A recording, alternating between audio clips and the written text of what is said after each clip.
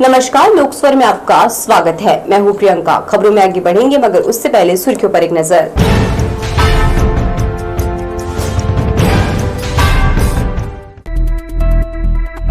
धनतेरस पर बाजार में दिखा रौनक, लोगों ने जमकर की खरीदारी। 1 नवंबर को खुलेगा अचानक मार टाइगर रिजर्व, पर्यटकों के साथ शुरू होगी जंगल सफारी।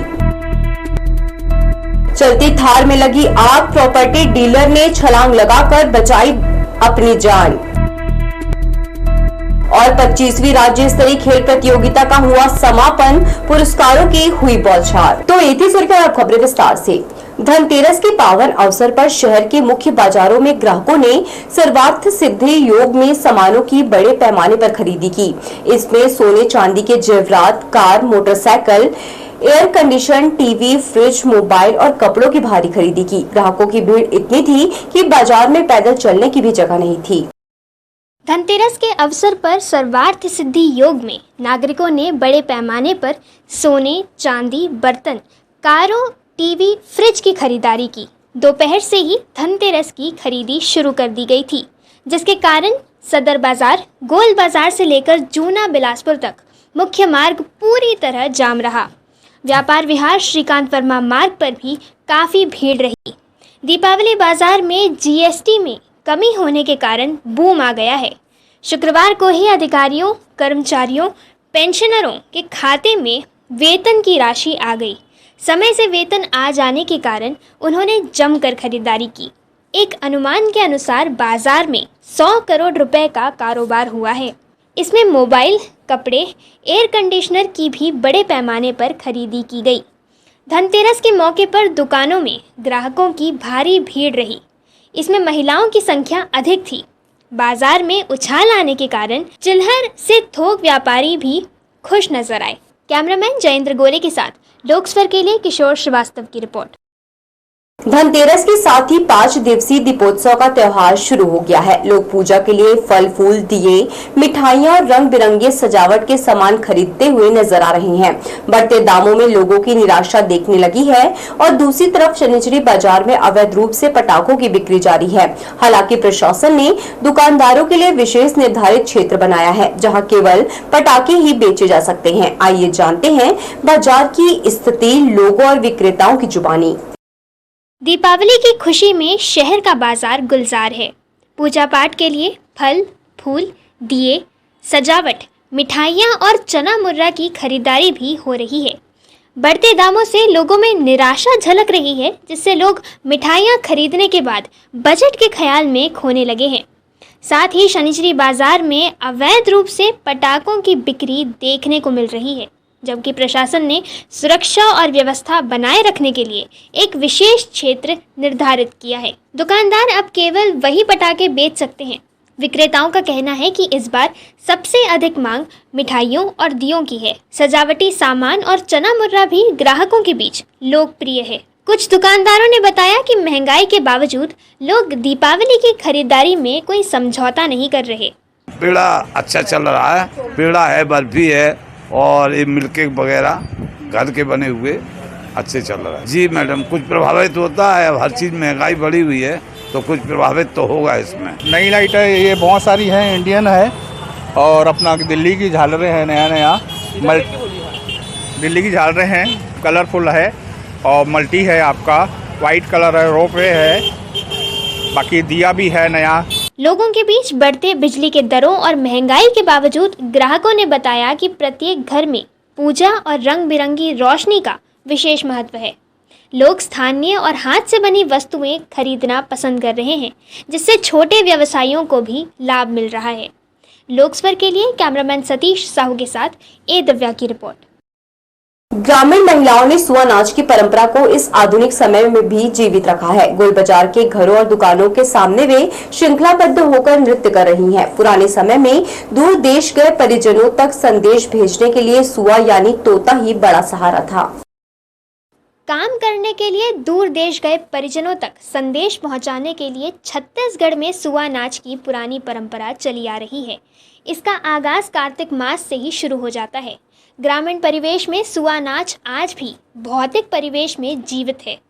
बिल्हा विधानसभा के ग्राम निपनिया की ग्रामीण महिलाएं पारंपरिक वेशभूषा में घरों दुकानों के सामने गोल घेरा बनाकर नृत्य कर रही हैं। बीच में एक टोकरी में मिट्ठू बैठा हुआ है। वे उस तोते से परिजनों तक संदेश पहुंचाने का मनुहार कर रही हैं। राजसी शासनकाल में कबूतरों के जरिए एक दूसरे देश तक संदेश पहुंचाने का जिक्र इतिहास में मिलता है, लेकिन सुआ अर्थात तोते के जरिए संदेश का आना जाना किंवदंती पर आधारित है। कैमरा पर्सन जयेंद्र गोले के साथ लोकस्वर के लिए किशोर श्रीवास्तव की रिपोर्ट। किन्नरों के दल ने बाजार में ढोलक और थालियों के साथ अपने अंदाज में ठुमके लगाए। उन्हें देखने के लिए बाजार में भीड़ लग गई। वे दीपावली पर्व के अवसर पर व्यापारियों को आशीष देने और बख्शीश देने के लिए साथियों के साथ मुख्य बाजार में निकले थे। शहर के व्यस्ततम इलाके अग्रसेन चौक पर शुक्रवार शाम एक चलती थार अचानक आग की लपटों में घिर गई। इसमें सवार 2 युवक अपनी जान बचाने में सफल रहे। इधर देखते ही देखते कार पूरी तरह जलकर खाक हो गई। हादसे के बाद मौके पर लोगों की भारी भीड़ जुट गई और ट्रैफिक जाम की स्थिति बन गई। सूचना मिलते ही फायर ब्रिगेड और ट्रैफिक पुलिस की टीम मौके पर पहुंची। करीब 30 मिनट की मशक्कत के बाद आग पर काबू पाया गया। मौके पर मौजूद युवक की पहचान अभय लहरे प्रॉपर्टी डीलर के रूप में हुई है, जो अपने दोस्त के साथ रिश्तेदारों के घर जा रहे थे।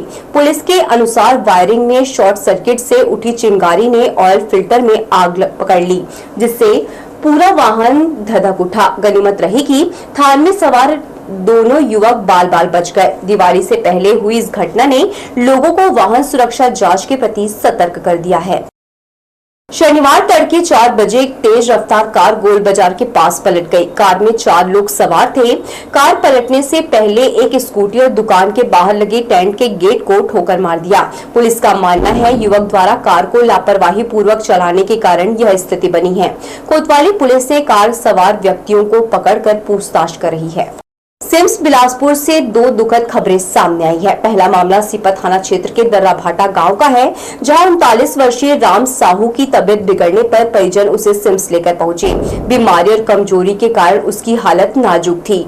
डॉक्टरों ने जांच के बाद उसे मृत घोषित कर दिया। वहीं दूसरे मामले में कोरबा जिले के बांगा थाना क्षेत्र के पुट्टा गाँव से जुड़ा है। 45 वर्षीय धूरिनबाई मंजवार की सड़क हादसे में मौत हो गई। मृतिका घर के पास सब्जी लेने निकली थी, तभी पीछे से मोटरसाइकिल ने उसे टक्कर मार दी। गंभीर रूप से घायल महिला को इलाज के लिए सिम्स लाया गया, जहां उपचार के दौरान उसकी मौत हो गई।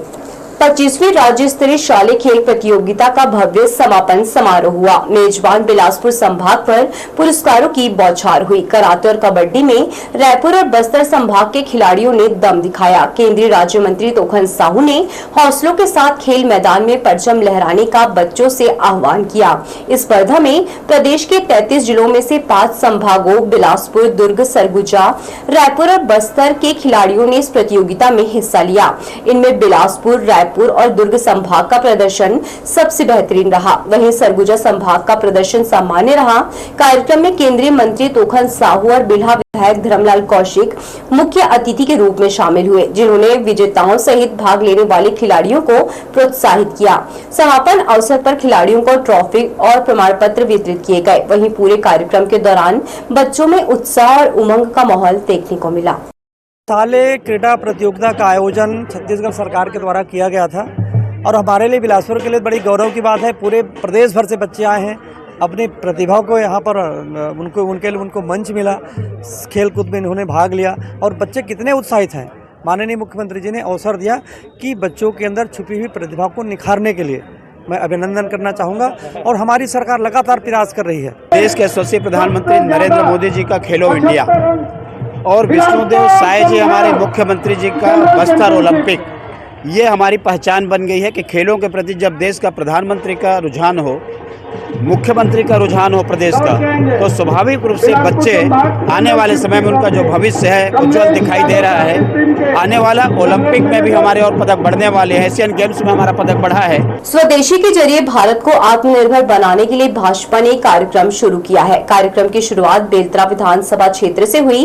कृषि महाविद्यालय के सभागार में हुए कार्यक्रम में मुख्य वक्ता पूर्व नेता प्रतिपक्ष नारायण चंदेल थे। अध्यक्षता बेलतरा के विधायक सुशांत शुक्ला ने किया। इस मौके पर बड़ी संख्या में कार्यकर्ता महिलाएं उपस्थित थीं। कोनी के ठाकुर छेदीलाल बैरिस्टर कृषि महाविद्यालय में आत्मनिर्भर भारत और स्वदेशी को लेकर बेलतरा विधानसभा के भाजपा कार्यकर्ताओं की एक बड़ी सभा हुई। पूर्व नेता प्रतिपक्ष नारायण चंदेल मुख्य वक्ता के रूप में कार्यकर्ताओं का मार्गदर्शन कर रहे थे। श्री चंदेल ने कहा कि देश सबसे बड़ी चौथी आर्थिक शक्ति के रूप में उभर रहा है। इसमें आमजन स्वदेशी अपनाकर इसे आर्थिक महाशक्ति बना सकते हैं। देखिए, राष्ट्र प्रथम के लक्ष्य के साथ चलने वाली भारतीय जनता पार्टी की ही समाज से अपेक्षा है कि स्वदेशी अपनाएं और देश को आगे बढ़ाएं। इस परिकल्पना के साथ हम सब वोकल फॉर लोकल के अभियान के साथ बाजारों को मजबूत करने के लिए लगे हुए हैं। आज विश्व की शक्तिशाली देश भारत को चुनौती सिर्फ इसलिए नहीं दे पा रहे हैं कि हमारा अर्थव्यवस्था का जो तंत्र है वो बहुत ही मजबूत मोदी जी के नेतृत्व में हुआ है। दीपावली के अवसर पर आमजन दिए, रुई, बाती से लेकर तमाम स्वदेशी उत्पाद खरीदकर देश को मजबूत बना सकते हैं। देश में आज हथियार से लेकर तमाम वस्तुएं देश में ही बन रही हैं। अब विदेशी ब्रांडेड उत्पादों का जमाना चला गया। देश का रुपया देश में ही रहे, इसके लिए ज़रूरी है कि भाजपा जन स्वदेशी को प्राथमिकता से अपनाएं। लोकस्वर के लिए कैमरा पर्सन जयेंद्र गोले के साथ किशोर श्रीवास्तव की रिपोर्ट। धनतेरस के दिन ही भगवान धन्वंतरी देवता का प्राकट्य हुआ था। वे देव असुर संग्राम में समुद्र मंथन के दौरान जड़ी बूटी लेकर प्रकट हुए थे। इस मौके पर छुट्टी के दिन सरकंडा के आयुर्वेदिक अस्पताल में भगवान धन्वंतरी की पूजा अर्चना की गई। इस दौरान अस्पताल को आम के तोरण से आकर्षक ढंग से सजाया गया था। उसके बाद महर्षि चरक सुश्रुत पतंजलि ने जड़ी बूटी के आधार पर आयुर्वेद से उपचार की प्रक्रिया को आगे बढ़ाया। इस मौके पर बड़ी संख्या में लोग मौजूद थे। छत्तीसगढ़ का लोकप्रिय अचानक मार्ग टाइगर रिजर्व अब 1 नवंबर से पर्यटकों के लिए खुलने जा रहा है। प्रधान मुख्य वन संरक्षक ने इसके लिए अनुमति दे दी है और बारिश से क्षतिग्रस्त सभी रास्तों की मरम्मत पूरी कर ली गई है। हर साल बरसात के मौसम में रिजर्व बंद रहता है और नवंबर में फिर से खोला जाता है। इस बार पर्यटकों की सुविधा के लिए ऑनलाइन बुकिंग की नई वेबसाइट और इको पर्यटन को बढ़ावा देने वाला नया लोगो भी लॉन्च किया गया है। वन मंत्री केदार कश्यप ने लोगो का विमोचन किया। अचानक मार्ग में फिलहाल 10 बाघ, साथ ही मेलानिस्टिक तेंदुआ, बाइसन, भालू और चीतल जैसे दुर्लभ जीव विचरण करते हैं। तो तैयार हो जाइए 1 नवंबर से शुरू हो रही जंगल सफारी के रोमांचक अनुभव के लिए, जहां प्रकृति की गोद में आपको मिलेगी वन्यजीव की असली झलक। रेलवे के निर्माणाधीन प्रोजेक्ट्स की प्रगति का जायजा लेने के लिए अधिकारियों की टीम सेक्शन का दौरा किया। इस दौरान यहां चल रहे विभिन्न कार्यों की समीक्षा की गई। फिलहाल कई तरह के निर्माण कार्य तेजी से चल रहे हैं। यहां रेलवे का कंस्ट्रक्शन विभाग, डिफिशियंसी यूनिट, RVNL सहित अन्य अलग अलग निर्माण एजेंसियां कार्य कर रही है। इसके अलावा राइस और एयरकॉन जैसी कंपनियों द्वारा भी विभिन्न परियोजनाओं पर कार्य किया जा रहा है। अधिकारियों ने सभी एजेंसियों के कार्यों की प्रगति को एक समग्र दृष्टि से देखा और यह सुनिश्चित किया कि कार्य तय समय सीमा में पूरे हों। निरीक्षण के दौरान निर्माण गुणवत्ता, सुरक्षा मानकों और कार्य की रफ्तार पर भी विशेष ध्यान दिया गया। सेक्शन में विभिन्न प्रकार के जो कार्य चल रहे हैं उनका जो प्रोग्रेस है उसको देखा गया है। यहाँ पे विभिन्न निर्माण कंपनियां काम करती हैं। इसमें एक रेलवे का कंस्ट्रक्शन विभाग है, गति शक्ति यूनिट है, इसके अलावा कुछ राइट्स का काम चल रहा है और भी कुछ है, कुछ एयरकॉन का काम चल रहा है।